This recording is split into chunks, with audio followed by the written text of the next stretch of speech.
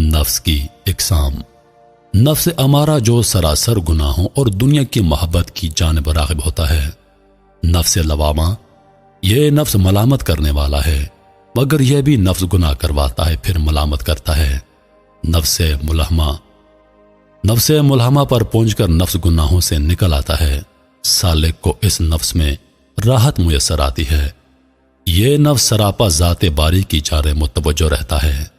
نفس مطمئنہ، یہ نفس کامل اطمینان والا نفس ہے، جس کے بارے میں سورہ فجر میں اللہ تعالیٰ فرماتا ہے، اے اطمینان پانے والے نفس، آ داخل ہو جا میرے بندوں میں، ہو جا میری جنت میں اس حال میں کہ تیرا رب تجھ سے راضی ہو اور تو اپنے رب سے راضی۔ کچھ مشائخ نے نفس رحمانیہ کا بھی ذکر کیا ہے۔ نفس کاملہ راضیہ اور مرضیہ بھی نفس مطمئنہ کے اعلیٰ درجے ہیں۔ دل کے اندر ایک لطیفہ ظاہر ہوتا ہے جسے لطیفہ قلب کہتے ہیں۔ صوفیہ کرام قلب سے مراد انسان کی جامعیت سے لیتے ہیں۔ اس کا مقام بائیں پستان سے 2 انگلی نیچے ہے۔ مرشد کریم کے بتائے ہوئے ذکر اذکار اور مراقبہ کی مشق سے قلب صاف ہونے لگتا ہے اور آہستہ آہستہ قلب بالکل پاک اور صاف ہو جاتا ہے۔ یہاں قلب کو قناعِ قلب میسر ہوتی ہے، جس کی کیفیت یہ ہے کہ دل ما سوائے اللہ سے فارغ ہو جاتا ہے۔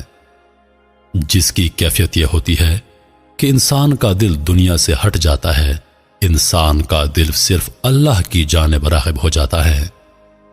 مقام قلب کے بعد مقام روح ہے۔ لطیفہ روح کا مقام دائیں پستان سے 2 انگلیاں نیچے ہے۔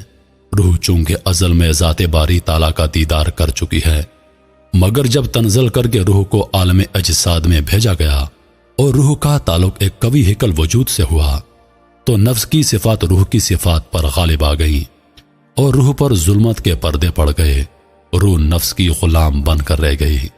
روح کو نفس کی قید سے چھڑانا انتہائی ضروری امر ہے۔ اس کے بغیر روح اپنے اصل کی جانب پوری طرح متوجہ نہیں ہو پاتی۔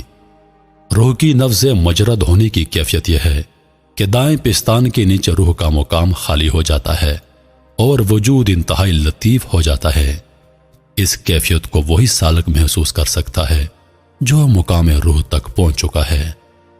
روح کے نفس سے آزاد ہونے کے بعد نہ روح جسم سے ملی نظر آتی ہے، نہ جدا، بس بیان سے باہر ہے۔ لطیفہ سری اس کا مقام قلب سے 2 انگلی اوپر سینے کی جانب ہے۔ بائیں جانب لطیفہ خفی، دائیں جانب لطیفہ روح کے اوپر ہے۔ لطیفہ اخفی اس کا مقام سینے کے درمیان ہے۔ جب سب لطائف یعنی 6 لطائف روشن اور منور ہو جاتے ہیں تو پھر سارے وجود پر ذکر کی مشق کی جاتی ہے، جس کے سبب تمام وجود ذاکر ہو جاتا ہے۔ اسے سلطان الاذکار کہتے ہیں، جس میں تمام وجود ہڈیاں، گوشت پوست، سر سے پاؤں تک ذکر کرتے ہیں۔